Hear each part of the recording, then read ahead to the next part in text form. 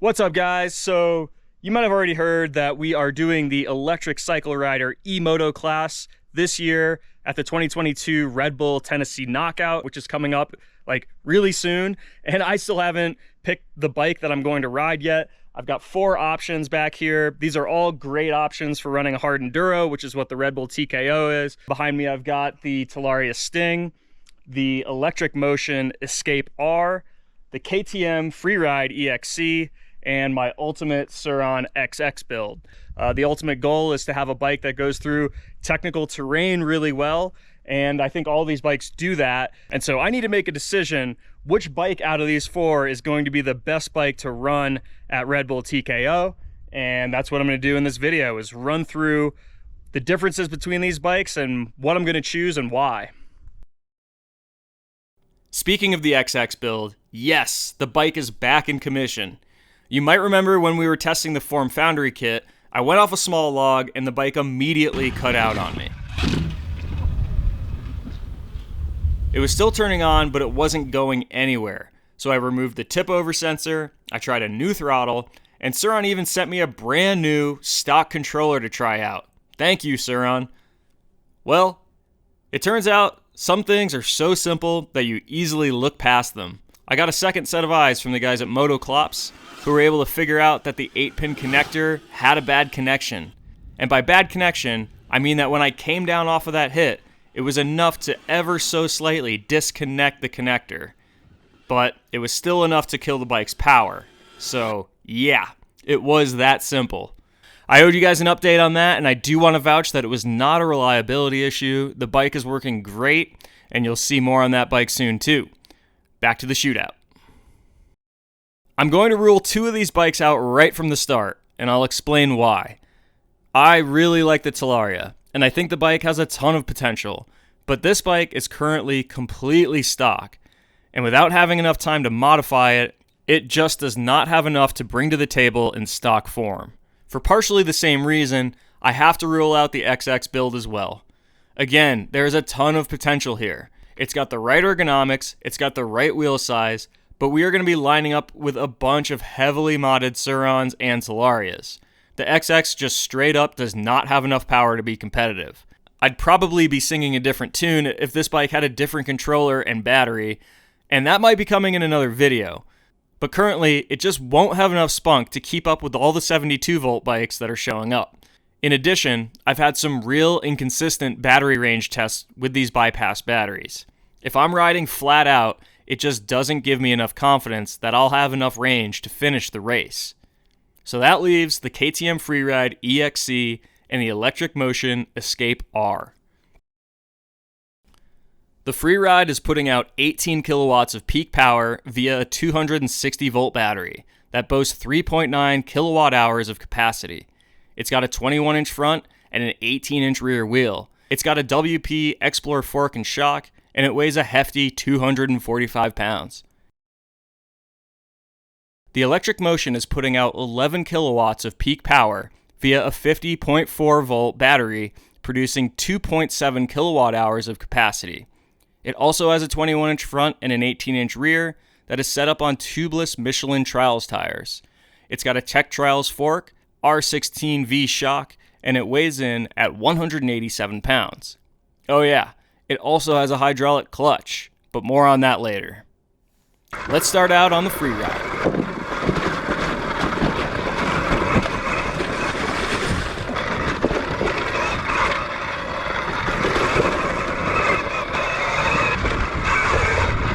So if you're a viewer of this channel, you've heard me talk about this bike a lot. I've done some modifications to it. Full factory suspension with the Dalsagio kit. I've changed it to a rear foot brake. Removed the rear brake from the handlebar. Running a Shinko 525 sheeter gummy tire on it right now. Seems like a good option for this bike.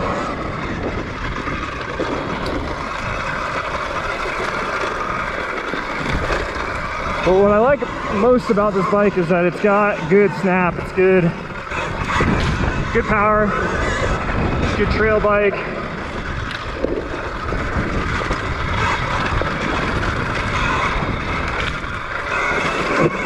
I feel like I can go at a pretty good speed on this bike, so definitely on the faster sections, this would be the bike that I would want to lean on. Oh, smoked a rock there.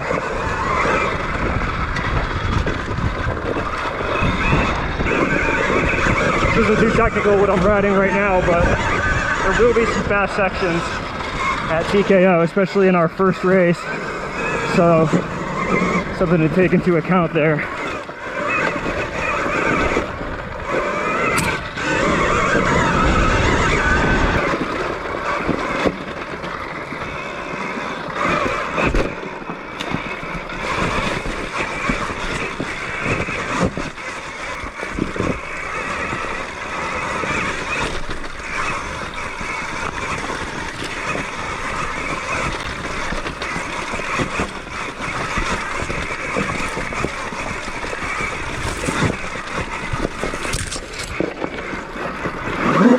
Oh, so that's one thing I noticed about the Freeride.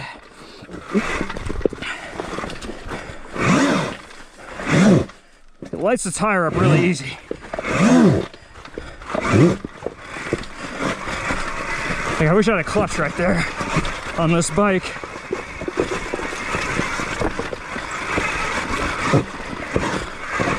So faster section's great. Tight, techie sections where traction is limited. Once I light up that rear wheel, it can be kind of hard to get it back.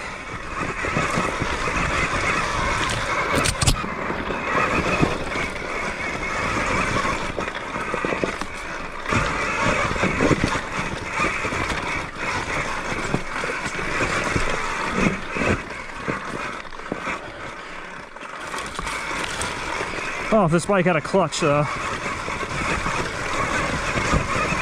it would be hard to beat. Basically what I want KTM to do is to turn my 300 XCW into an electric bike. If they did that, I'd be pretty psyched. So the bike's light and agile enough, but it's got good power, so I think on the faster sections this thing would really be great, but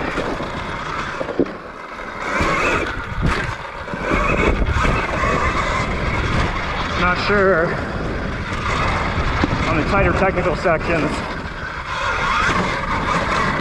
it's going to be the best choice.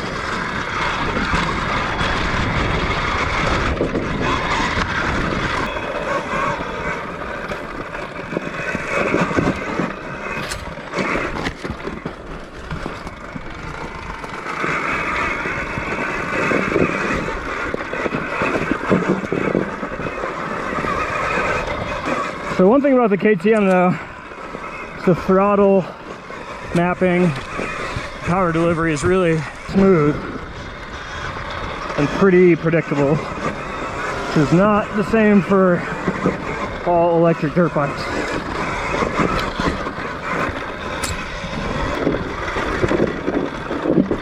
Sure, you can't tell on camera, but this is really steep and really loose.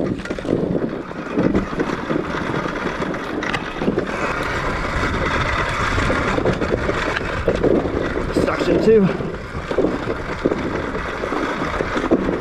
I'm on both brakes right now.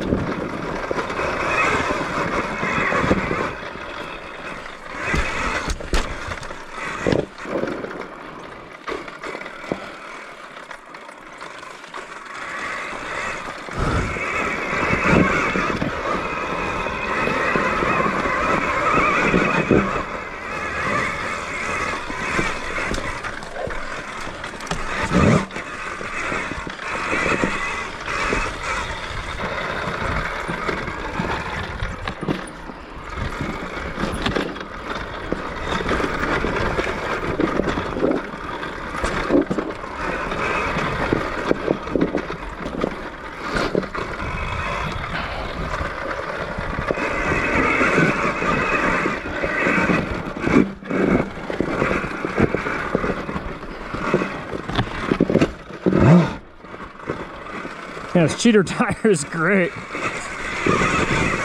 Been running the 505 cheater on this bike for a while.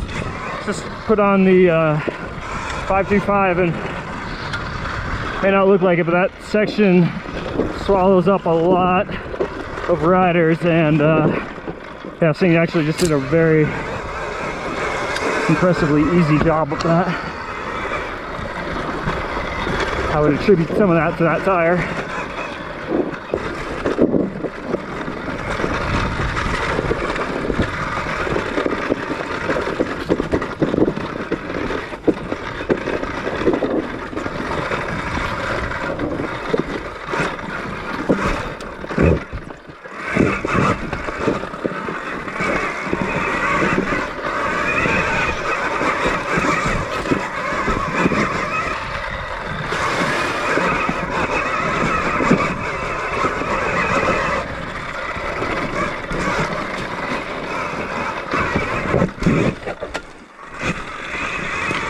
Lost the rear there.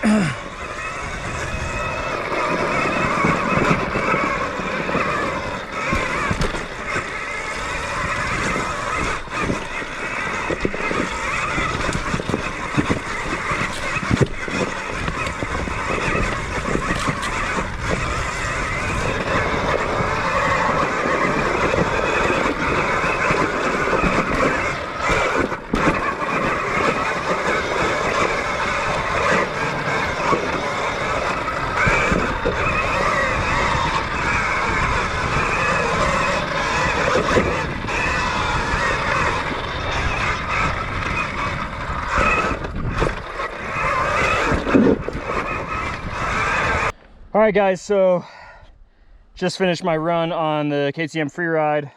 I've had a lot of time to form an opinion on this bike. You've probably heard my opinions on it before, but yeah, great power, good in technical terrain until you lose traction, and then it's kind of hard to regain traction.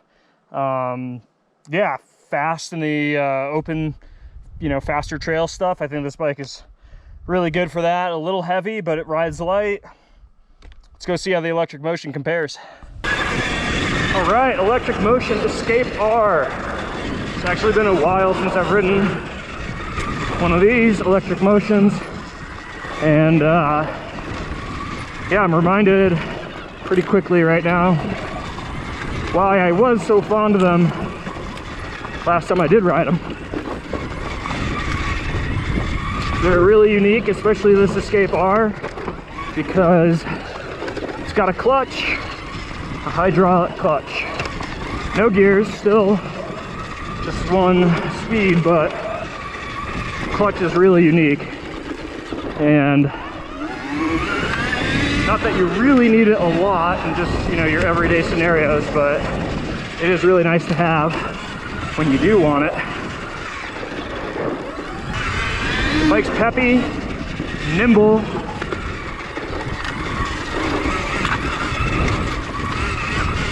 You can easily flick it around. I mean, it's essentially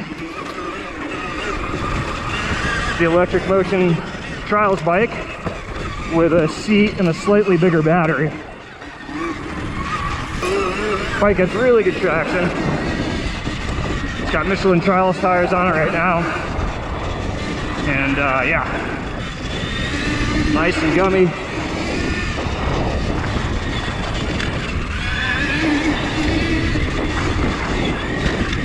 Not great in the high-speed stuff, I'm not gonna lie. Just doesn't have a really high top speed. And it's not meant for high speed, so it's to be expected.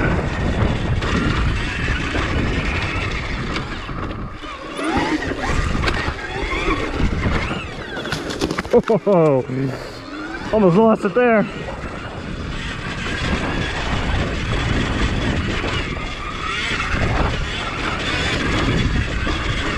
I think I need to stiffen the suspension up a little bit.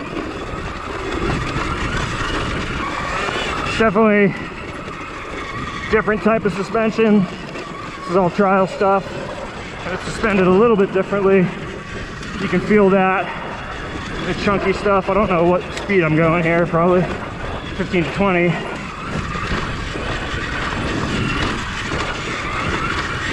And like I said, I need to stiffen this stuff up. It'll probably feel better.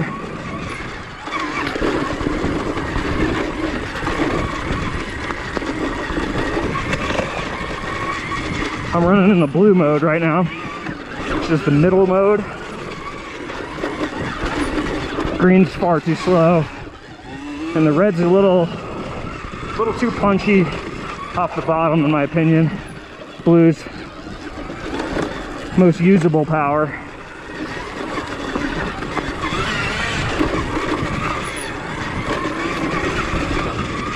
So nimble.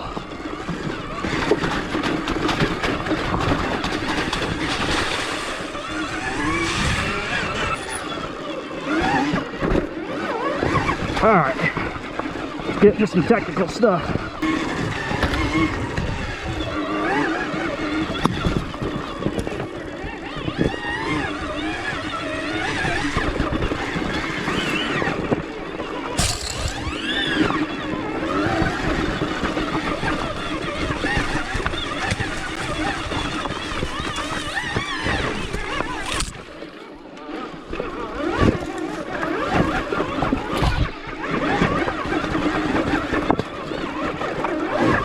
Nice, you don't really need the clutch, but sometimes you kind of do.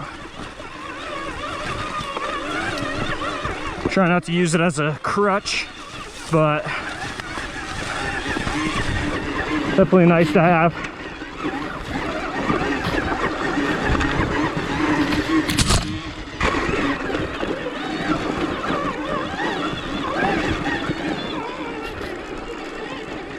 Like, it's definitely a mountain goat.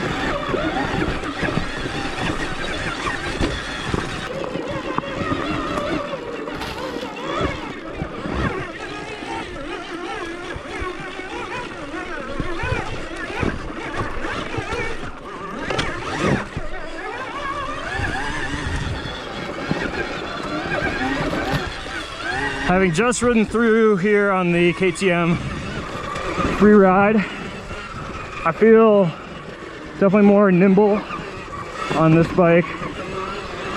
You notice how much lighter the bike is. It's a lot easier to just change direction. But not as much power. Not such a bad thing in a lot of these sections, but I can feel I'm reaching the bike's maximum kind of quick. I need to get hand guards. Punch that tree. I think I could also stand for rolling these bars a little bit back and potentially cutting a little bit off the ends, make the bars a little more narrow. Yeah, it's personal preference.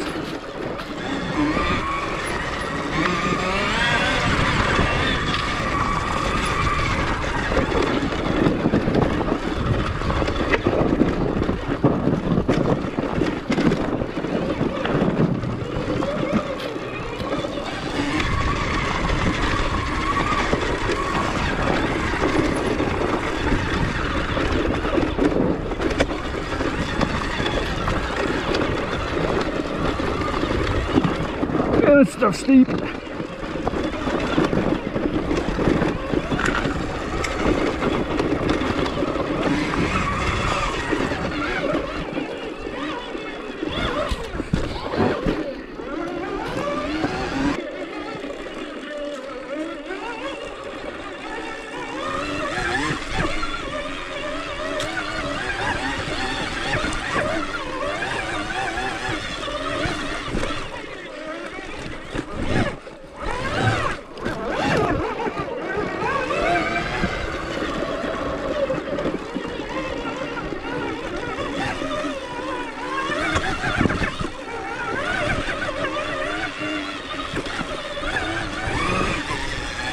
bike's really quiet. Just realized that too.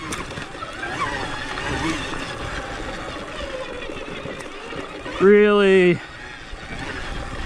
big turning radius on this bike.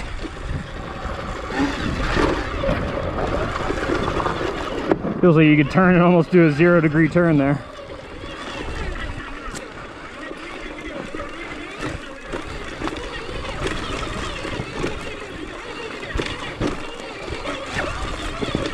Ooh, need hand guards.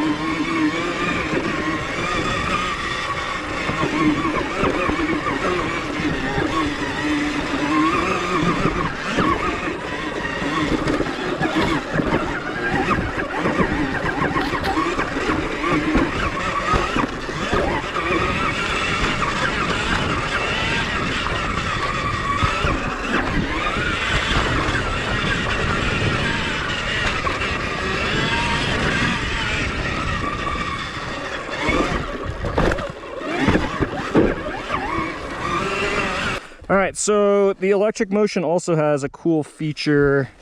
You look underneath here, there's an on and an off button here. If you switch this to on, it's called tick over. And what tick over is basically like putting the bike in gear on a gas bike. So at idle, without the clutch engaged, it begins to move. And so kind of a cool, unique feature. I've actually never tried it, so I'm going to try it right now. So, oh, I got to turn the bike on, pull this off. So turn the bike on. Bike's on. Put your lanyard on. Select your map. I'm in blue. You can see just started moving on me. So I'm not doing anything, not touching the throttle. Then when I pull in the clutch, you can hear that. So interesting. Yeah, let's give it a shot.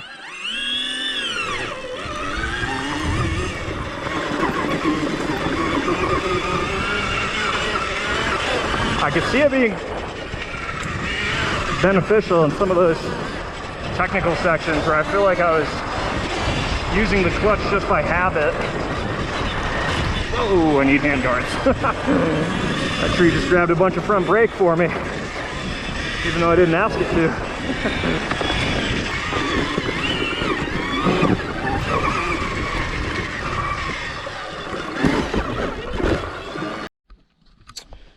Okay, just finishing up here on the electric motion, and yeah, really sweet bike. It's been a while since I've ridden one of these, and I am reminded why I chose this a couple of years ago. It's my top 5 best electric dirt bikes. I categorized this as the best for technical terrain, and my memory serves me correctly. It is awesome in technical terrain, the best that I have experienced. What I need to do to the bike is I would like to either put different bars on it or roll these bars back a little bit, and then potentially even cut off a little bit off the ends to narrow these bars up a little bit. I need to put hand guards on it, stiffen up the suspension, and yeah, we'll run it. This is the bike I'm going to take to Red Bull TKO. So I'm psyched. I'm excited to be on a different bike. It's really fun. I know the trails that I've been riding today are what I would call more medium enduro. You know, there's some harder sections, but not full on hard enduro, but I think that's actually what this race is going to be for us in the electric class, is more, let's call it medium enduro. So honestly, the KTM Freeride and the electric motion, there's a lot of pros and cons to both bikes. The reason that I am not going to go with the KTM for sure is because of the charging situation.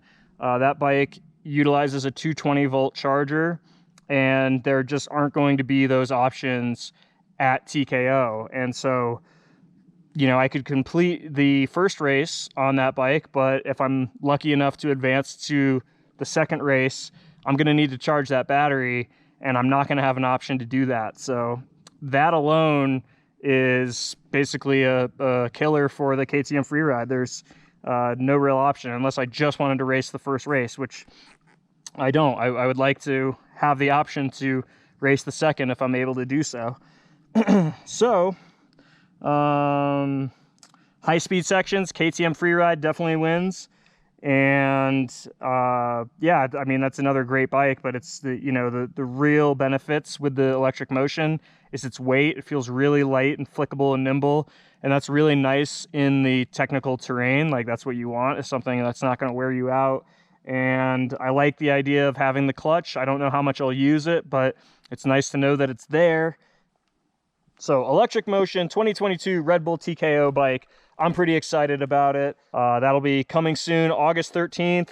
Keep an eye out for it. We'll do a video at TKO. There'll be a bunch of people in the eMoto community there, and it should be really fun. So tune in. Hopefully you come out, and I'll see you there.